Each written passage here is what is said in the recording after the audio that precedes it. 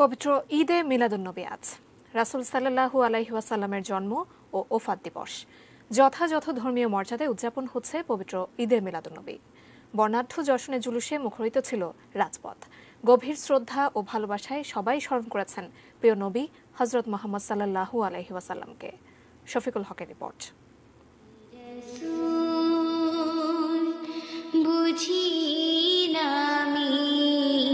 শান্তির ধর্ম ইসলামের বার্তা নিয়ে আজ থেকে ১৪০০ বছরেরও বেশি সময় আগে আরবের বুকে মা আমেনার কোলে জন্ম নিয়েছিলেন আব্দুল্লাহর সন্তান মোহাম্মদ। ৪০ বছর বয়সে নবুয়ত পান মহানবী মোহাম্মদ সাল্লাল্লাহু আলাইহি ওয়াসাল্লাম। হিজরি সন রবিউল আউয়ালের ১২ তারিখে জন্ম নেওয়া মহানবীর ওফাত দিবসও একই দিনে। তাই ইসলাম ধর্মবিশ্বাসী প্রতিটি মানুষের কাছে এদিনের তাৎপর্য অনেক। অন্য ধর্মের অনুসারীদেরকে সম্মান করতে হবে। বিভিন্ন সংগঠন এদিন রাজধানীতে আয়োজন করে জশ্নে জুলুসের।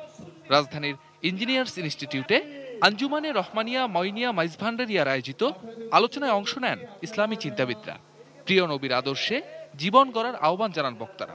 মানবতার একটা সংবিধান উনি আমাদের মাঝে রেখে গিয়েছেন, সারা বিশ্ববাসীর জন্য রেখে গিয়েছেন। পরে বের হয় জশ্নে জুলুস বা আনন্দ শোভাযাত্রা। এতে যোগ দেন হাজারো মানুষ। বর্ণিল এ আয়োজনে অংশগ্রহণকারীদের হাতে ছিল নানান প্লাকার্ড, ফেস্টুন।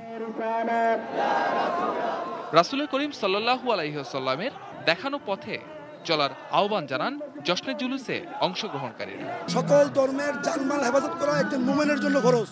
আমরা মুসলমান হিসাবে এটা আমরা মানি এবং বিশ্বাস করি। আমরা একটা কদম আগাচ্ছি, তার শিক্ষা থেকে আগাচ্ছি। এই দিনটা আমাদের জন্য স্পেশাল ডে।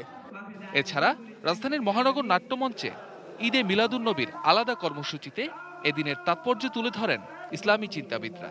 রাসূল আমাদেরকে যে আদর্শ দিয়ে গিয়েছেন, সে আদর্শ আমাদের মুসলমান সমাজে, আমাদের মুসলমানদের মধ্যে আমরা হৃদয় ধারণ রাখবো। রাজধানীর মিরপুরে জশ্নে জুলুস ও আন্তর্জাতিক শান্তি সমাবেশের আয়োজন করে আঞ্জুমানে আসাদিয়া নুরিয়া সেহাবিয়া।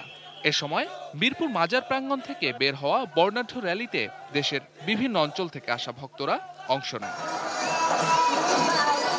শফিকুল হক, এটিএন নিউজ, ঢাকা।